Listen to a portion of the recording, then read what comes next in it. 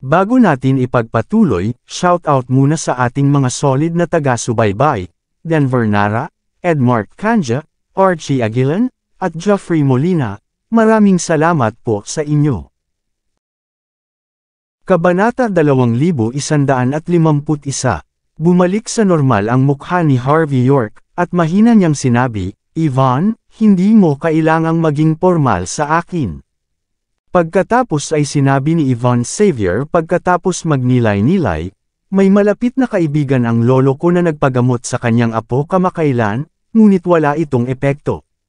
Sinabi ng ilang matalinong Chinese healers na ang kanyang apo ay walang sakit ngunit dumanas ng kasamaan. Hindi masyadong naniniwala ang matanda, ngunit narinig ng aking lolo si Sir Benjamin Lynch at ang kanyang asawa. Kaya, umaasa siyang maaari kang pumunta at makita siya. Kaya, gusto kitang bigyan ng problema na maglaan ng oras upang pumunta at tingnan. Kahit na hindi mo mapigilan, hindi masakit na makilala ang isa't isa. Bahagyang nagbago ang ekspresyon ni Harvey. Alam niya na ang isang taong maaaring kaibiganin si Jaden Smith ay tiyak na hindi isang simpleng karakter. Kung paano nalaman ni Jaden ang tungkol kay Benjamin, malamang si Yvonne ang nagsabi sa kanya tungkol dito. Sa simpleng mga salita, nagpakilala si Yvonne ng isang malaking suntok sa kanya upang maging maayos ang kanyang mga gawain sa Mordo. Maganda siguro ang pakikitungo ni Yvonne sa kanya. Hindi alam ni Harvey kung ano ang mararamdaman ng ilang sandali. Malumanay lang ang sagot niya pagkatapos ng mahabang sandali, "Since that's the case, I'll take some time to take a look at it tomorrow." Nga pala, ano ang pinagmulan ng matandang ito? Hindi sinasadya ni Yvonne na itago ito. Pagkatapos ay sinabi niyang desidido, galing siya sa Dragon Cell.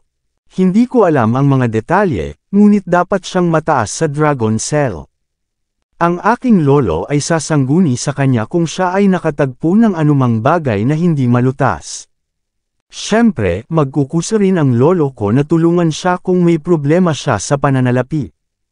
Ang magkabilang panig ay maaaring ituring bilang isang relasyon batay sa mutual benefit at mutual assistance. Interesadong tanong ni Harvey, mula sa Dragon Cell. Hindi ba't ang mga taong ito ay palaging malamig at hindi kailanman nakikipagkaibigan sa mga tagalabas? CEO York, medyo nakakalito. Ang mga taong nakipagkaibigan sa mga tao mula sa Dragon Cell ay pawang makabayan. Ang pagiging kaibigan mo sa kanila ay nagpapakita na nakilala ka ng korte sa ilang lawak. Detalyadong paliwanag ni Yvonne, "Siguro sa identity mo, you don't really care about this." Ngunit ang makilala ang mga tao mula sa Dragon Cell ay isang win-win situation. Bahagyang tumango si Harvey at hindi nagpasalamat. Hindi na kailangang sabihin ito dahil sa relasyon nila ni Yvonne. Matapos ibaba ang telepono, hindi na pumunta si Harvey kay Tyson Woods at sa iba pa. Sa halip, naghanap siya ng hotel na makapagpahinga sandali, at naisip ang maghanap ng araw para makabili ng mas maraming bahay ng sabay. Ito ay para maiwasan ang walang matutuluyan sa tuwing mananatili sa kanyang villa. Nakatanggap ng tawag si Harvey mula kay Yvonne pagkagising niya ng maaga kinabukasan. Si Yvonne ay nagmaneho ng asul na Lamborghini sa pagkakataong ito, mukhang mas mag-ara at maganda. Kinuha niya si Harvey upang kumain ng gaozo dumpling sa umaga at pagkatapos ay dinala siya sa paglalakad sa kalsada sa baybayin. Sa wakas ay nagmaneho ang kotse patungo sa isang nursing home na matatagpuan sa labas ng Mordo. Ang lugar na ito ay matatagpuan sa paanan ng Mount Perdo. Napakaganda ng hangin, at napakalawak ng lugar. Ang tanging downside ay ang presyo ay masyadong mataas. Ang mga taong maaaring manirahan dito ay mayaman o aristokrata. Hindi pa narinig ng mga ordinaryong tao ang lugar na ito, lalo pa ang makarating doon. Makikita ng isang tao na ang seguridad dito ay napakahigpit sa pamamagitan lamang ng pagtingin sa pasukan. Nasabi agad ni Harvey na ang mga security guard ay pawang mga retiradong sundalo, kahit na hindi ito nangangahulugan na ang lahat ay nasa antas ng King of Arms. Naramdaman ni Harvey na may malakas na humihila ng mga string mula sa kadiliman. Sa ngayon, hindi matukoy ni Harvey ang tiyak na pagkakakilanlan ng makapangyarihang lalaking ito. Gayunpaman, ang pagkakaroon ng gayong tao ay sapat na upang ipakita ang pagiging natatangi ng lugar na ito. Sa totoo lang, kahit si Yvonne Xavier ay hindi makakapasok at makaalis sa lugar na ito ng kusa. Ilang beses siyang tumawag sa telepono pagkarating niya rito. Pagkaraan ng 5 minuto, dumating ang isang gwardya upang kumpirmahin ang kanyang pagkakakilanlan. Noon lang, magalang niyang pinapasok sa pintuan ang dalawa. Pagkapasok sa nursing home ay binantayan din ito ng husto mula sa loob. May mga maliliit at katamtamang laki ng mga vilya sa lahat ng dako sa nursing home. Tila, ang bawat pasyente ay inilalagay sa isang independenteng vilya upang manirahan upang matiyak ang kanilang kaligtasan. Pagdating sa isang malaking vilya, inakay ni Yvonne si Harvey York sa main room ng vilya at nakita niya ang hospital bed na maganda at simpleng kwarto. Ilang lalaki at babae ang nakatayo sa gilid ng hospital bed sa oras na ito, nag-uusap ng kung ano-ano habang nakapalibot sa isang maliit na may malaking mata na batang babae.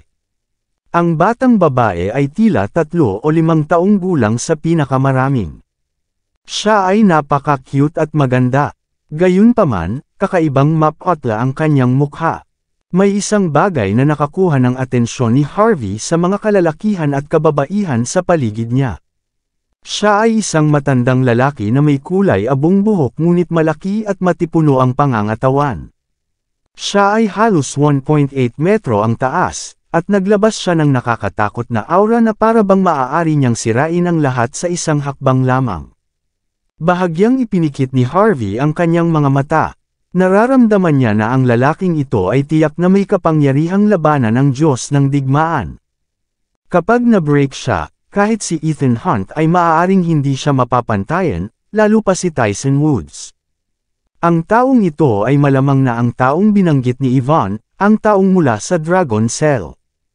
Ang pagkakaroon ng gayong mga kasanayan at pagiging kaibigan ni Jaden Smith ay nangangahulugan na ang taong ito ay hindi lamang isang simpleng karakter sa Dragon Cell, at malamang na isang mataas na ranggo na miyembro. Matapos yumuko si Yvonne nang may paggalang sa kabilang partido, nilapitan niya si Harvey at sinabi sa mahinang boses, "Peyton Horan, kilala rin bilang Senior Horan." Ang pasyenteng iyon ay ang kanyang apo, si Talia Horan. Bahagyang kumunat ang noo ni Harvey at bamulong, mula sa pamilyang Horan ng Shandong, isa sa nangungunang 10 pamilya. Bahagyang tumango si Yvonne na ikinaseryoso ni Harvey. Si Peyton ay hindi lamang isang mataas na ranggo na miyembro ng Dragon Cell, ngunit siya rin ay miyembro ng pamilya Horan ng Shandong. Siyempre, sapat na ito para mawala ang maraming pagdududa. Tapos ang isang ito. Tinitigan ni Harvey ang isang lalaking naka-white coat at gold-rimmed glasses. Ito ang caretaker na tinanggap ng pamilya Horan, si Griffin Young. Napatingin si Harvey sa maamo na mukhang doktor at kumunat ang noo. Tinanong niya, isang taga-isla. Bahagyang tumango si Yvonne at sinabi sa mahinang boses, "Fake foreigner." Samantala, napansin din ni Peyton na pumasok si Yvonne. Tumalikod siya at nakangiting bumati, "Yvonne Xavier, bakit ka nandito?" Agad na humakbang si Yvonne at nagpakilala, "Elder Horan, pasensya na sa paggambala. Kumuha ako ng kalayaan sa pagpunta rito nang hindi ipinaalam." "So ito yung binanggit mo." Si Harvey. Bumaba ang tingin ni Peyton kay Harvey. "Marami na akong narinig tungkol sa iyo, young Master York. Ikaw ay bata at promising. Isang hindi kapani-paniwalang talento." Inilahad ni Peyton ang kanang kamay habang nagsasalita. Nanatiling alerto si Harvey at magalang na nakipagkamay sa kabilang partido. Sabi niya, "Ikinagagalak kitang makilala, Elder Horan." Napangiti si Peyton. "Nabalitaan ko na ikaw ang humawak ng problema para kay Benjamin at sa kanyang asawa noong sinapian sila ng mga demonyo. Hindi madaling magkaroon ng ganoong kasanayan sa murang edad." Kahit na naramdaman ni Peyton na mukhang bata pa si Harvey, malamang na kumukuha siya ng impormasyon tungkol kay Harvey simula nang pinapasok niya ito. Bukod sa iba pang mga bagay, ang katotohanan na nalutas ni Harvey ang lahat ng mga problema na kinakaharap ni Benjamin at ng kanyang asawa ay tiyak na nagsasalita para sa sarili nito. Ngumiti si Harvey at sinabing, "Napakabait mo, Elder Horan. Wala akong gaanong kakayahan. Kung tungkol kay Sir Benjamin at sa kanyang asawa, nagkataon lang ang lahat." Natawa si Peyton Horan matapos makitang napaka-humble ni Harvey York. Ngayon, nais ng mga kabataan na malaman ng buong mundo ang tungkol sa kanila kahit na sila ay may kaunting kakayahan. Kung may kaunting achievement man, ipopost na lang nila sa grupo, na gustong ipaalam sa lahat. Kung ito ay sinuman, dahil si Benjamin Lynch at ang kanyang asawa ay may utang na loob sa kanya ng pasasalamat, alam na ng lahat ang tungkol dito noon pa man. Gayunpaman, para kay Harvey, hindi iyon ang kaso. Sa halip, umaksyon siya na parang nagkataon lang, kaya napaisip si Peyton tungkol dito. Samantala, nilaktawan ni Peyton ang mga formalidad. Tapos ngumiti siya at sinabing, "Dapat ay sinabi sa iyo ni Yvonne ang tungkol sa aking apo, si Talia Horan." "Sigurado ka ba dito?" Sumagot si Harvey sa malalim na boses, "Elder Horan, kung sasabihin ko sa iyo na may tiwala ako ngayon, magiging pagsisinungaling iyon. Kailangan kong linawin ang isang bagay. Hindi ako doktor. Kung ito ay isang uri ng sakit, sa palagay ko maaari kong irekomenda si Sr. Oscar Armstrong na pumunta at tingnan." Tumawa si Peyton. "Kuya York, kilala mo ba talaga si Sr. Armstrong?" Pero nakita na niya, hindi rin daw ito sakit. Gayunpaman, sa kanyang pananaw, mahirap para sa kanya na manghusga. Bahagyang tumanggaw si Harvey nang marinig niya ang mga salita at sinabing, "Dahil sinabi ni Sr. Armstrong na hindi ito isang sakit, kung gayon maaari ko itong ayusin. Kailangan ko munang tingnan." Humakbang si Harvey habang nagsasalita. Sa mga sandaling ito, nakikita na niya na kahit maganda ang hitsura ng batang babae at dilat na dilat ang mga mata, walang kaluluwa ang figure nito, parang manika. Pinipigilan din ni Peyton ang kanyang ngiti sa pagkakataong ito at taimtim na sinabing, "Salamat sa tulong mo Kuya York." Nang humakbang pasulong si Harvey at iaabot na sana ang kanyang kamay para hawakan ang pulso ni Talia, huminto ang doktor na nagngangalang Griffin Young sa harap ni Harvey. Kumunot ang noo niya at sinabing, "Mr. Horan, ano ang problema ng taong ito? Inirekomenda siya ng isang matandang kaibigan ko, at gusto kong makita niya ang sitwasyon ni Talia." Harvey ang pangalan niya. Obviously, pinahahalagahan ni Peyton ang doktor na ito, kaya ipinakilala niya si Harvey sa kanya sa oras na ito. "Brother York, ito ang doktor ni Talia, si Griffin Young, ng PhD, Kyoto Medical School sa Island Country. Maaari mo siyang tanungin kung kailangan mong malaman ang sitwasyon ngayon ni Talia. Napakaraming alam niya tungkol dito." Nakangiting bati ni Harvey sa kanya, "Mr. Young, ikinagagalak kitang makilala." Bahagyang kumunot ang noo ni Griffin nang marinig na nandito si Harvey para tingnan si Talia. Sabi niya, "Excuse me, Mr. York. Gusto kong malaman kung saang medical school ka nagtapos. Sino ang iyong guro?" Nagpakita si Griffin ng isang uri ng pagmamataas na maaaring magkaroon lamang ang mga taga-isla. "Oxbridge, Cambridge, o Irving Sixth Academy." Walang pag-aalinlangan na sinabi ni Harvey, "Hindi ako isang doktor, at wala rin akong alam na anumang medikal na kadalubhasaan." "Hindi ka doktor, saka bakit ka nandito para tingnan si Talia?" Mukhang malamig si Griffin. "Ibig sabihin ba ay tinatawag kang mandiraya? Paano mo hahayaan ang isang manloloko na pumunta dito para sa isang bagay na kasing seryoso ng gamot at pagpapagamot ng mga pasyente? Elder, stable na ang kalagayan ng apo mo ngayon, at walang panganib sa buhay niya. May tiyak na pagkakataong babalik siya sa normal pagkatapos gumaling. Ngunit hindi ito maaaring mangyari. Nag-imbita ako ng mentor mula sa Island Country para tumulong. Binanggit niya na tiyak na maglalaan siya ng oras para alagaan ang apo mo sa kalahating taon. Ang dapat nating gawin ngayon ay humanap ng paraan para mapatatag ang kalagayan ng apo mo, hindi maghanap ng con artist na darating at manggulo. With all due respect, pag may ganyang tao ang manggugulo, baka ma-destabilize ang kalagayan ng apo mo. Sa kasong ito, ang mga kahihinatnan ay hindi mahuhulaan.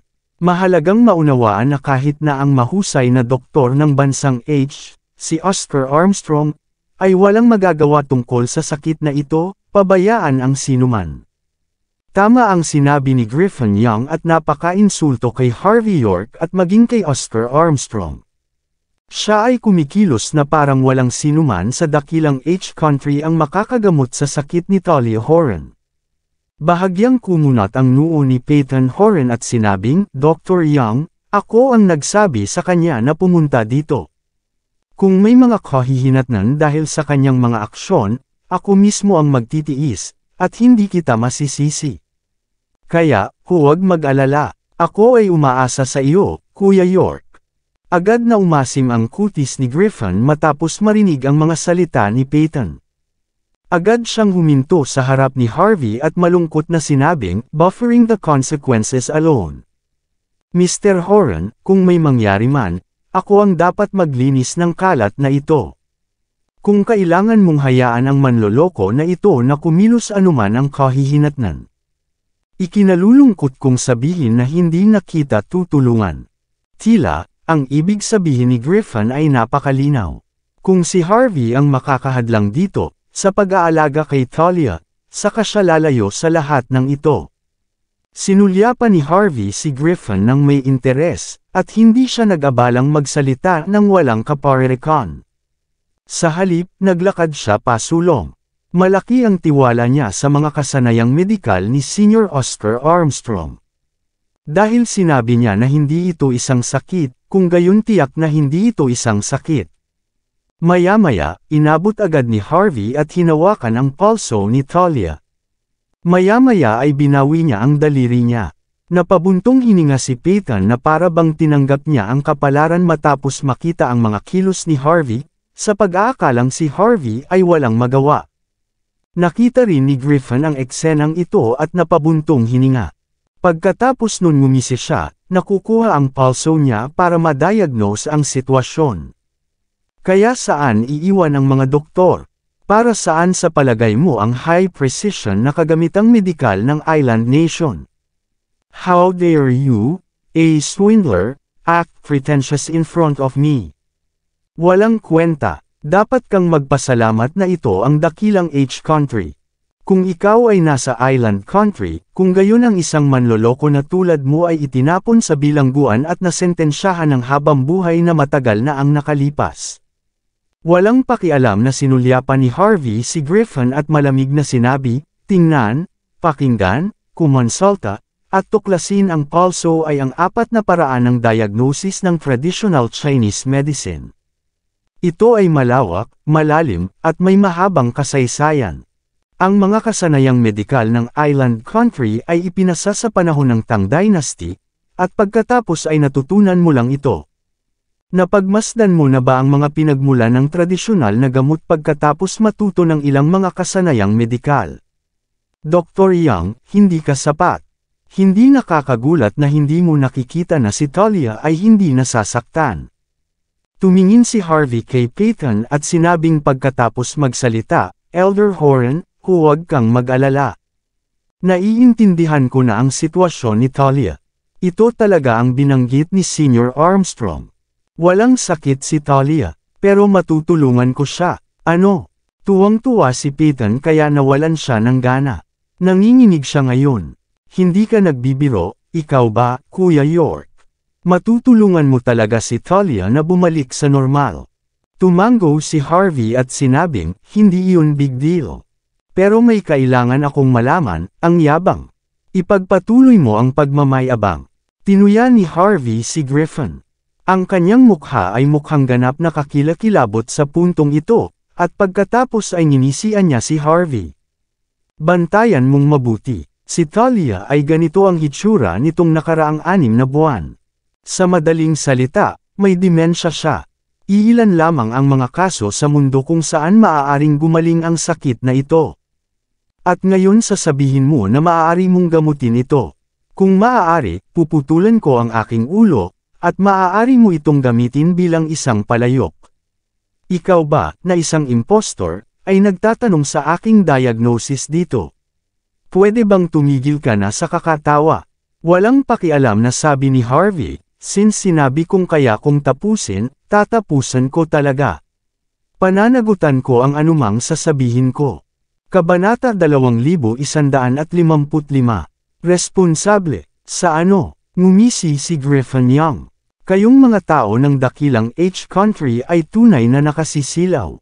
Hindi mo lang nagamot ng maayos ang sakit, nakahanap ka pa ng mangkukulam na tutulong sa iyo na malutas ang problema.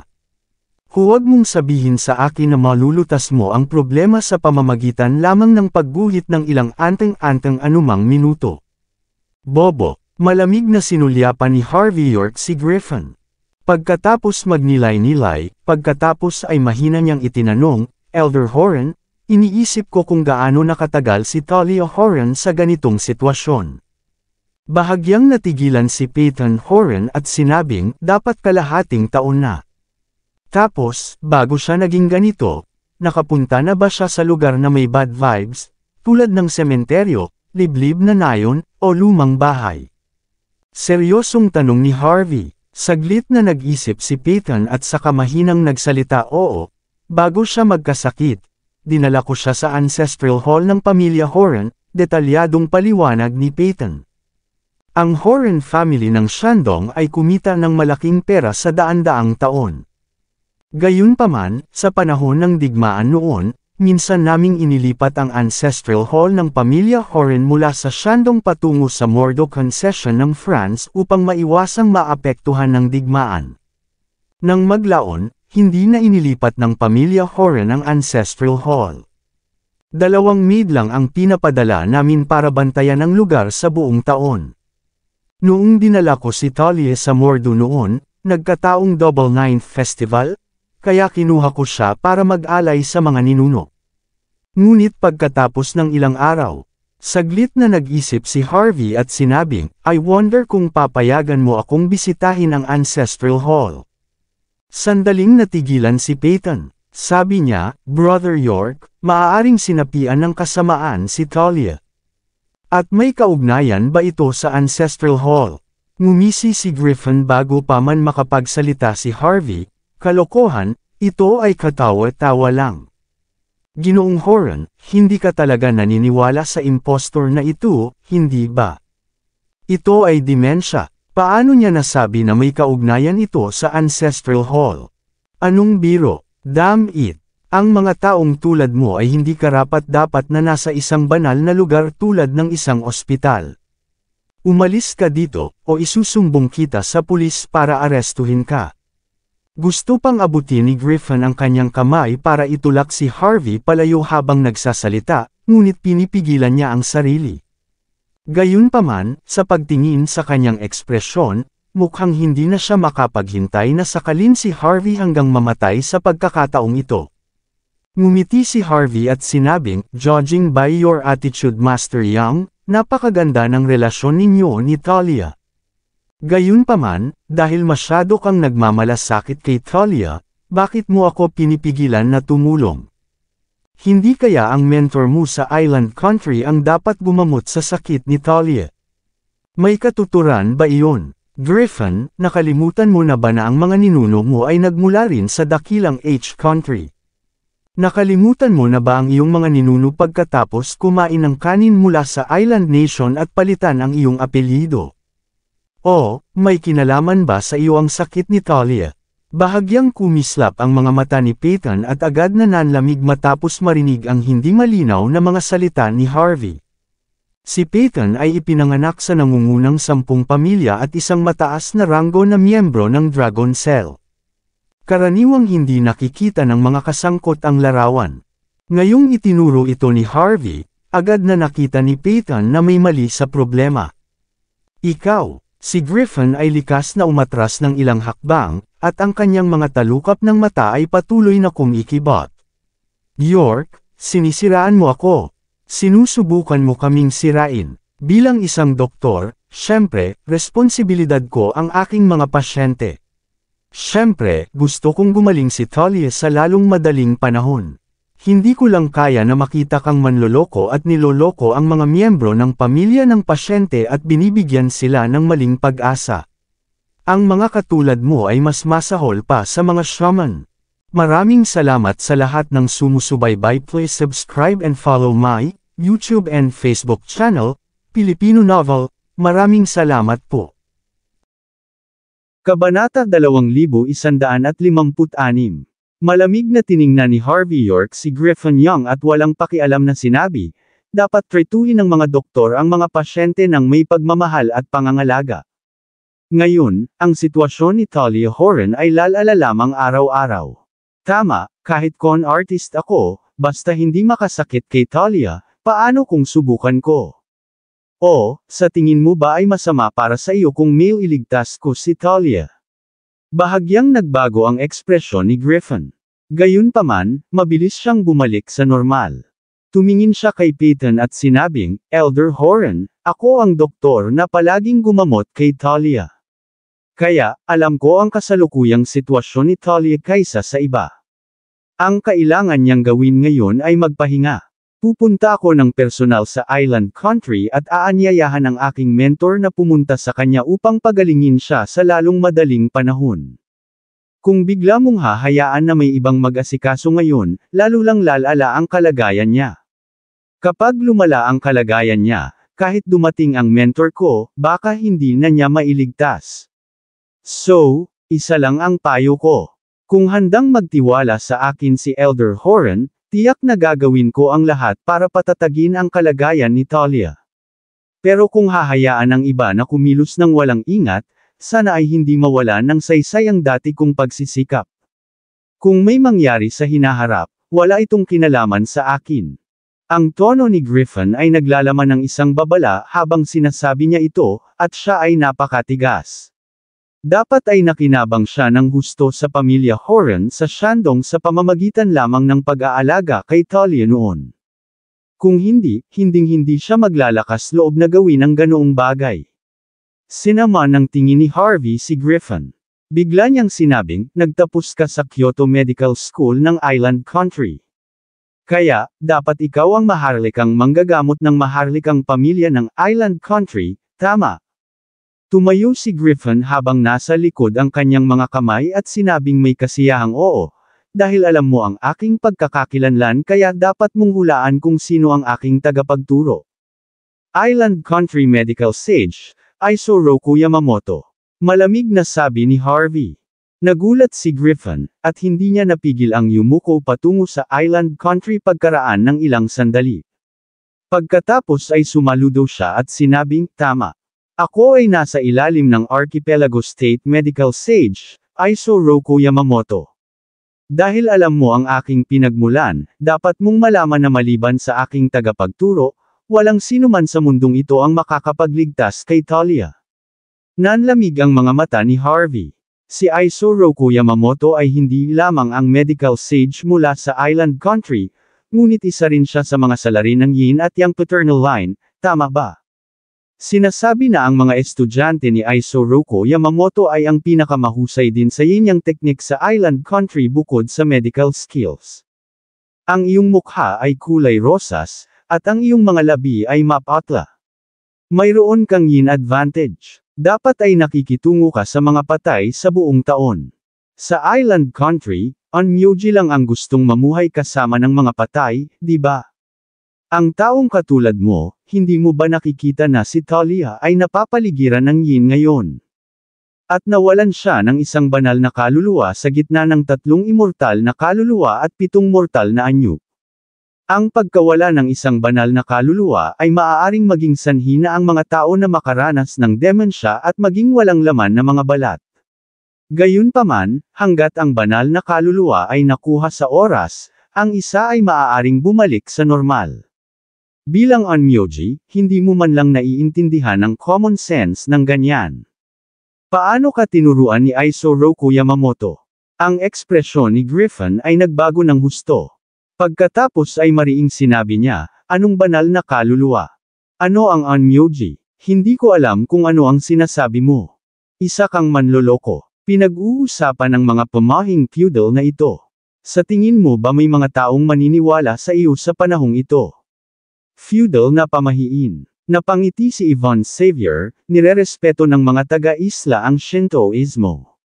Ang mga spells, yin at yang techniques, at spiritualistic na sining ay mga mandatoryong kurso para sa royalty ng island nation. Bilang imperial physician ng island country, paano mo masasabi na ang mga bagay na ito ay mga feudal na pamahiin? Hindi ka ba natatakot na ang magician unit ng island country royal family ay darating para sirain ka? O, natatakot ka bang makita ng iba ang tunay mong ugali? So, nagpapanggap ka, pero sa totoo lang, nagigilty ka dito. Nakangiting sabi ni Yvonne Xavier. Agad na nanlamig ang mukha ni Peyton Horan. Kahit na wala siyang masyadong pakikitungo sa mga tropa sa ibang bansa, bilang isang tao mula sa Dragon Cell, ang kanyang mga iniisip ay mas rural. Gayunpaman, may alam pa rin siya tungkol sa island country. Ang mga aksyon ni Griffin Young sa sandaling ito ay tila may itinatago siya ngunit sa huli ay nabunyag ito. Walang pakialam na sinabi ni Harvey York habang nasa likod ang kanyang mga kamay. Narinig ko na ang mga taong nagsasanay ng yin at yang teknik ay mga tato ng pattern ng araw at buwan sa kanilang likod, na kumakatawan kay yin at yang. Ito rin ay isang senyales para sa island nations on Myoji na magkakilala sa isa't isa. Kung sasabihin mong hindi mo alam ang yin at yang teknik, bakit hindi mo haburin ang iyong mga damit at ipakita sa akin? Paano kung ganoon? Sobra na ito. Damn it. Pinahiya mo ako. Tinuro ni Griffin ang ilong ni Harvey at nagmura. Pagkatapos ay galit niyang pinandilatan si Peyton at malamig na sinabi, Elder Horan, iginagalang ko ang pamilyang Horan ng Shandong, kaya ginawa ko ang lahat para alagaan si Talia Horan. Gayunpaman, siguradong nakakasakit ng damdamin na hindi ka man lang nagsasalita para sa akin na nakikita ang mga manloloko na sinisiraan ako. Ayoko ring magsilbi sa isang pamilyang ganoon. Kung gayon, maghanap ka ng iba. Sinarado ni Griffin ang pinto at galit na lumabas pagkatapos niyang magsalita. Isang kislap lang ng pagkamuhi at takot ang bumalatay sa mukha niya nang lumabas siya ng pinto. Bang! Kakalakad pa lang ni Griffin ng ilang hakbang palabas ng ward, isang matipunong figure ang biglang lumitaw sa harapan niya at sinipa siya, na nagpabalik sa kanya kaagad sa ward. Nakatayo si Peyton habang nasa likod ang mga kamay na parabang hindi siya ang sumipa sa kanya. Casual lang niyang sinabi, hindi ko naman sinabing pwede kang umalis. Sa tingin mo ba makakatakas ka sa ilalim mismo ng ilong ko? Samantala, pumasok mula sa pinto ang 8 lalaking nakasuot ng itim na suit at sunglass. Ang malamig nilang mga tingin ay bumagsak kay Griffin. Malaking pagbabago ang ekspresyon ni Griffin, Elder Horan, lahat ng ito ay hindi pagkakaunawaan. Hindi ako aalis dahil galit ako. Bagkus, pupunta ako sa island country para imbitahan ang mentor ko na pumunta dito sa lalong madaling panahon. Hindi ko talaga kayang makita itong manloloko na nagsasalita ng kalokohan ng ganito. Bitawan mo ako. Ipinapangako ko na darating ang aking tagapagturo sa loob ng 3 araw. Hindi na kailangan. Mukhang walang pakialam si Peyton. Hindi talaga ako naniniwala sa kanya, medical sage of the island country. Sige, maghubad ka na. I wonder kung may tato ba siya. 2 lalaking nakasut ang humakbang ng walang pakialam. Sabi ni Griffin na may maputlang mukha, iniinsulto mo ako. Pinahiya mo ako. Dahil hindi naniwala sa akin si Elder Horan, aalisin ko ito sa aking sarili. Hindi mo ako kailangang insultuhan ng ganito. Tumayo si Griffin at tumingin kay Harvey. Nagsimula na siyang maghubad ng damit. Tumanggaw siya, yumuko, at lumapit kay Peyton habang bumibitaw. Siya ay kumikilos na parang isa talaga siyang normal na doktor at walang kinalaman sa Onmyoji line mula sa island country. Gayunpaman, biglang itinaas ni Griffin ang kanyang 2 kamay nang lumapag ang kanyang puting Amerikana. 2 figure ng papel ang lumipad sa pagitan ng mga manggas. Ang isa ay lumipad patungo sa mga kilay ni Peyton, at ang isa naman ay lumipad patungo sa kinaroroonan ni Talia. Samantala, ang katawan ni Griffin ay napuno ng chi at ang kanyang hininga ay biglang naging sobrang lamig. Agad na tumama ang kanyang figure sa bintana.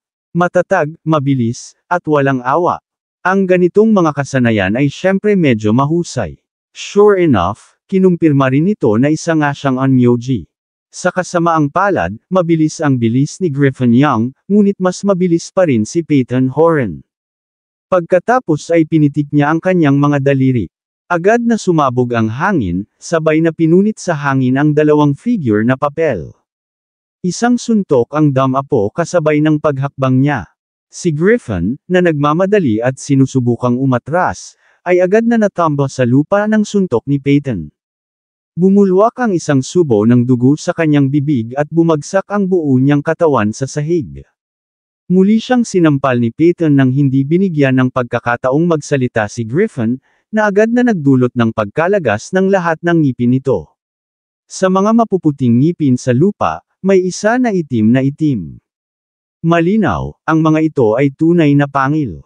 Kung wala ang mga makamandag ng ngipin na ito, hindi magagawang patayin ni Griffin ang kanyang sarili. Gayunpaman, hindi ito sapat. Agad na sinipa ni Peyton ang kanyang mga paa. Mga bitik, crack, kaagad, nabali ang lahat ng kanyang mga paa, at hindi siya makagalaw kahit na nagpumiglas. Nanginginig sa takot ang ilan sa mga doktor at nurse na naruroon. Kahit na medyo matanda na si Peyton, nakakatakot pa rin ito na hindi maiisip sa tuwing kikilos siya. Walang nag-iisip na ang napakalakas na si Griffin ay hahantong sa ganito sa loob lamang ng 2 o 3 segundo. Pagkatapos noon, nagpakawalan ng sipa si Peyton at tumingin sa likod ni Griffin. May araw at buwan na tato talaga. Kinuha niya ang kanyang cellphone at nagpadala ng litrato. Maya-maya, tumawag ang kabilang partido. Pagkatapos ay sinabi ni Peyton nang walang pag-aalinlangan, nakatanggap ako ng balita mula sa Dragon Palace. Ang iyong tato ay pagmamayari nga ng isang onmyoji mula sa Island Nation. To be specific, you should be from the Mikado line of the island country, right?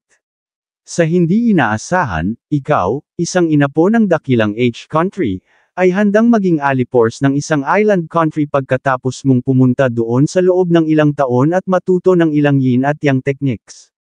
Halika at ipadala siya sa Dragon Palace. Hayaan ang mga tao ng Dragon Palace na tanungin siya at tingnan kung ano ang gustong gawin ng taong ito.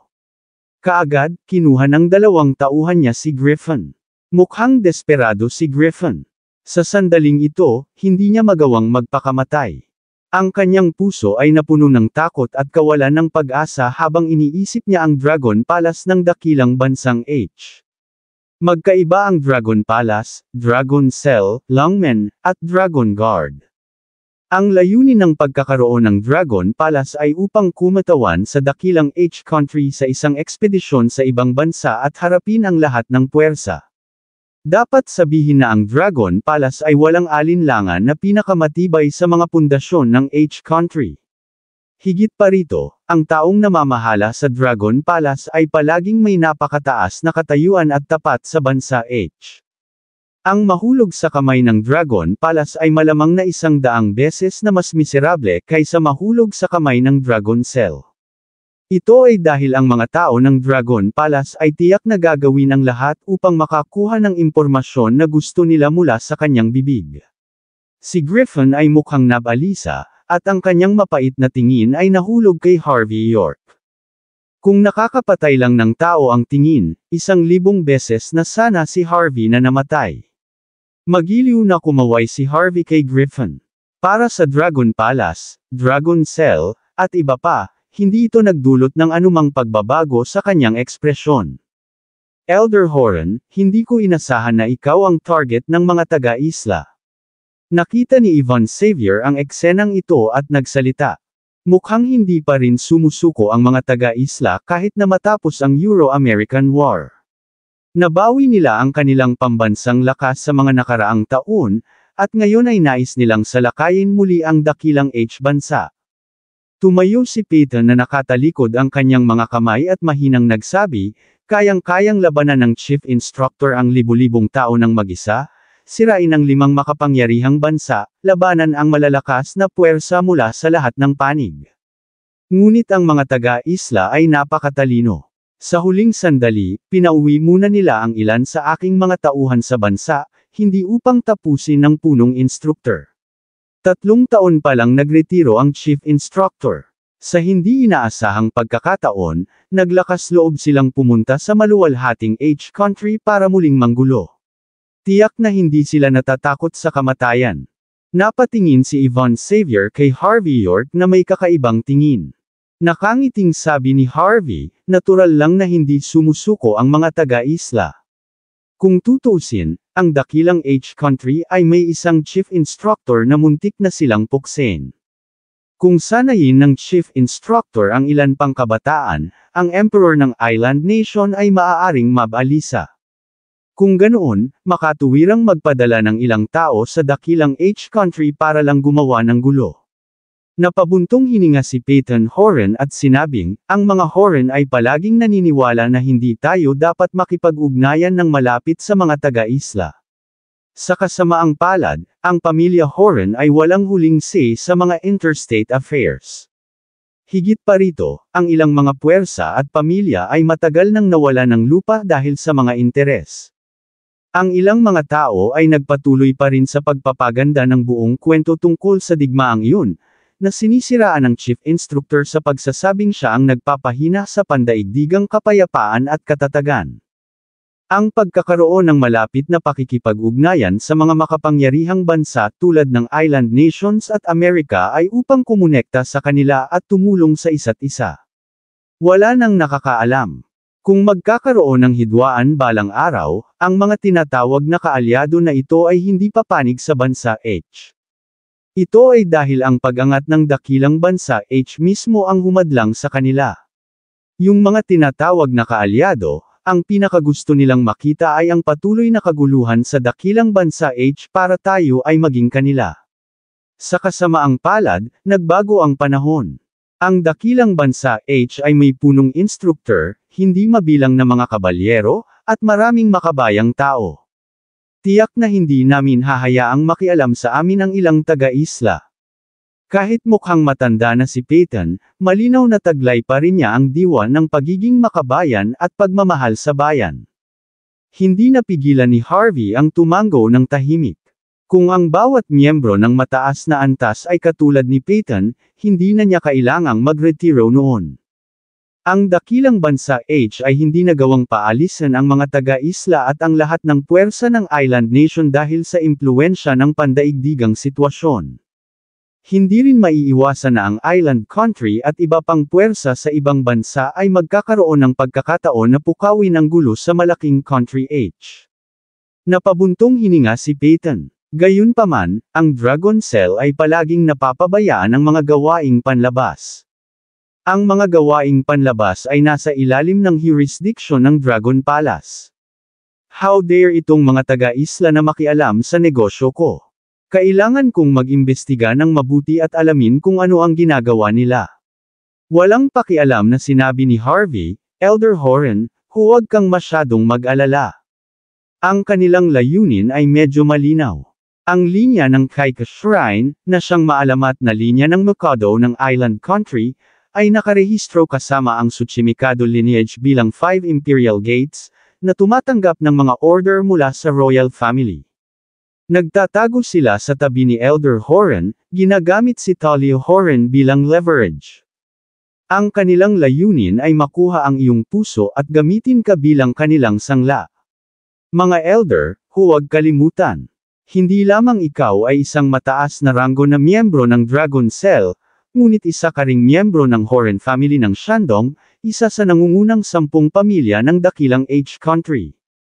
Alinman sa dalawang pagkakakilanlan na ito ay karapat-dapat para sa mga taga-isla na kumilos laban sa iyo, bukod pa rito ay mayroon kayong parehong pagkakakilanlan sa parehong oras.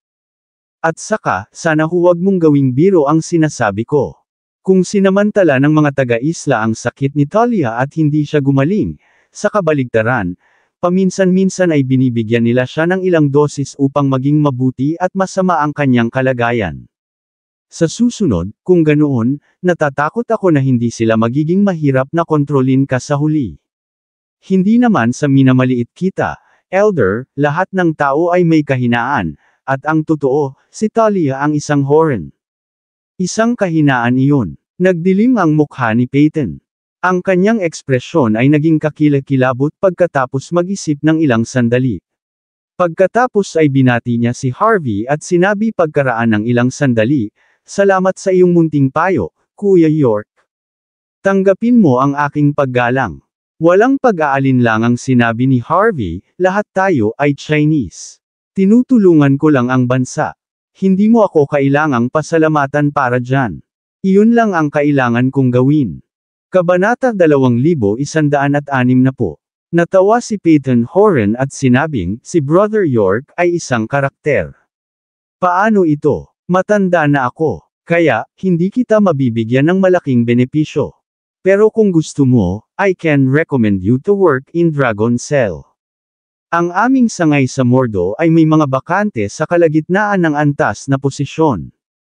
Kung hindi mo mamasamain. Bago pa matapos magsalita si Peyton, ngumiti si Yvonne Xavier, at tumingin kay Harvey York, at mahinang sinabi, "Para lang malaman mo, Elder Horan. Si Harvey ang pinuno ng sangay ng Lungmen ng Mordo. Natatakot ako na hindi siya makakasama sa Dragon Cell. Lider ng sangay ng Lungmen, Mordo." Sandaling natigilan si Peyton. Pagkatapos ay bumantong hininga siya pagkaraan ng ilang sandali at sinabing, "Matagal ko nang narinig na si Mr. Bauer ay nakahanap ng isang batang henyo upang mamuno sa sangay ng Lungmen, Mordo, ngunit hindi ko inaasahan na ikaw iyon." Higit pa rito, binigyan kanya ng posisyon ng pinuno ng sangay. May makitid akong view, ngunit Brother York, hindi madaling hawakan ang posisyong ito, ang pinuno ng sangay ng Lungmen ng Mordo. Ang Shindan Way of Island Nation ay palaging nais na magdulot ng gulo sa Mordo at higit pang palawakin ang kanilang kapangyarihan. Pumunta sila dito, gusto daw nilang e-promote ang martial arts exchange. Kaya, hindi sila ganap na tatanggihan ng dakilang H-country. Dapat kang mag-ingat.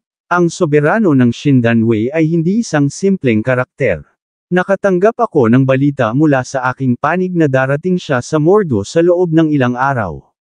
Baka hinahabol ka niya. Dapat kang mag-ingat, Kuya York. Bahagyang gumalaw ang puso ni Harvey. Ang Shindan Way ay dumaranas ng magkakasunod na pagkatalo sa kanyang mga kamay kamakailan. Maging si Hector Thompson ay ilang beses nang natalo sa kanya. Gayunpaman, ang Shindan Way ay hindi gumawa ng anumang malalaking hakbang kamakailan. Noong una ay inisip ni Harvey na magpapahinga muna sila, at hindi niya inaasahan na maghahanda sila para sa isang malaking laban. Mukhang kailangan niyang kumilos ng mabilis at alisin ang ilang tropa sa Mordo. Saka lang niya iisipin ang ibang bagay. Baka kailangan niyang harapin ang maraming mga kaaway sa pagdating ng bagong pinuno ng Shindan Way. Nilabas ni Harvey ang phone niya at nag-text habang iniisip ito. "Oh, Kuya York, sabi mo kanina sigurado kang maililigtas mo si Talia Horan. Totoo ba?" Kung si Peyton ay may maliit na pananampalataya kay Harvey ngayon, kung gayon ang kanyang pagtitiwala kay Harvey ay hindi bababa sa 70%. Sa ngayon, pagkatapos ng lahat, ang pagiging pinuno ng sangay ng Lungmen, syempre sapat na ang Mordo para ipakita ang kakayahan ni Harvey. Tumango si Harvey at sinabing, "Elder Horan, hindi ako nagsalita ng walang kaparirikan ngayon. Nawawala ang banal na kaluluwa ni Talia, at kinailangan kong pumunta sa Ancestral Hall ng pamilya Horan para tingnan. Kung hindi ako nagkakamali, malaki ang tsansa kong iligtas si Talia." Sa simula ay hindi naniwala si Peyton sa pahayag. Gayunpaman, naaalala pa rin niya ang paraan ni Griffin Young ngayon ay malinaw pa rin sa kanyang isipan.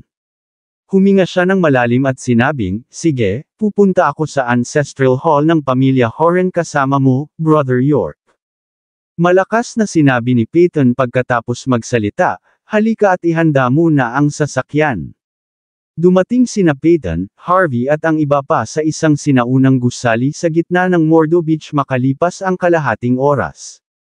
Ang lugar na ito ay isang sinaunang courtyard house na may kasaysayan ng 100 taon. Madilim at malamig sa loob. Binuksan ni Peyton ang pinto at pumasok kasama si Harvey. Dumiretso sila sa harap ng Ancestral Hall.